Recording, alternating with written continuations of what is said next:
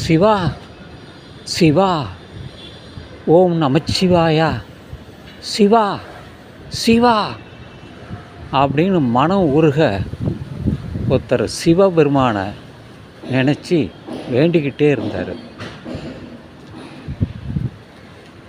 ஒரு மணி நேரமாக சிவா வா வா சிவா, சிவனே சிவபெருமானே என் முன்னே தோன்று, என்னுடைய குறைகளிடம் உன்னிடம் சொல்ல வேண்டும். சில இடம் சொன்னால் அது காது விழாது. நீ நேரில் வா சிவனே, சிவபெருமானே, நமச்சிவாயனே வா என்று அவர் கதறுகிறார். திரும்ப திரும்ப அழைக்கிறார்.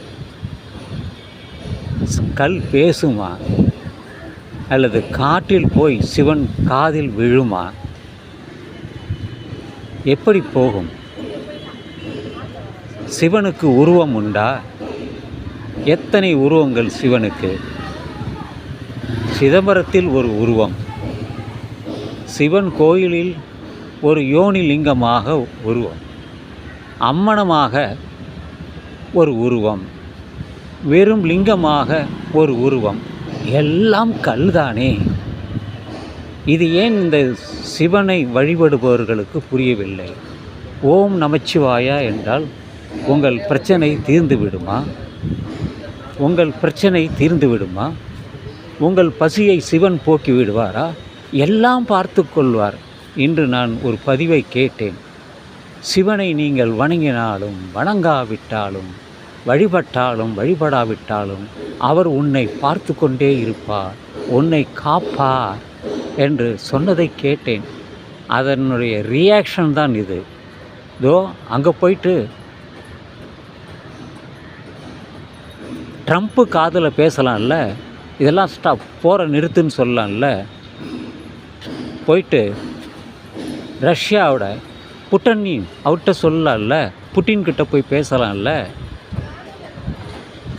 எவ்வளோ பேர் இருக்காங்க, அங்கெல்லாம் போய் சொல்ல வேண்டியது தானே. சிவன் போய் போகிற நிறுத்து, எத்தனையோ பேர் சாவுறாங்க, அங்கே பார்த்தா வெள்ளம், எல்லாமே பல பேர் சாவுறாங்க.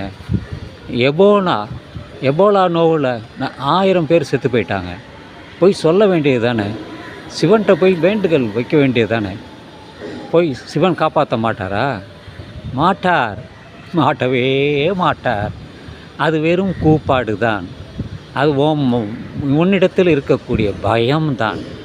அது எப்படி சிவன் பேசுவார்? எல்லாவற்றையும் பாட்டு கொண்டவென்றால் நிறுத்த வேண்டியது தானே. நீ எத்தனை படையல் பண்ணுகிறாய்? 4 வேளை 5 வேளை 6 வேளை பூஜை பண்ணுகிறாய். காலையிலே குளித்துவிட்டு பட்டையை போட்டுக்கொண்டு நீ விபூதியை வைத்துக்கொண்டு போய் சிவனே சிவனே சிவனே என்று சொன்னால் காதில் விழுமா? இந்த காற்று கொண்டு போய் சிவனிடம் சேர்க்குமா? பாவிகளே என்று சொல்கிறார்களே, நீ பாவிகளா அல்லது புண்ணியஸ்தனா? யார் நீங்கள்? உங்களுக்கு கோரிக்கை வைப்பதற்கு உங்களுக்கு எங்கே மனதில் என்ன இருக்கிறது? உங்களுக்கு சிவனை பார்த்ததுண்டா? நீங்கள் பார்ப்பதெல்லாம் படங்கள் தானே. திருவிளையாடல் புராணத்தை பார்த்துவிட்டு சிவன் என்று நீங்கள் சொல்கிறீர்கள். சரியா? பாருங்கள், அவ்வளவுதான்.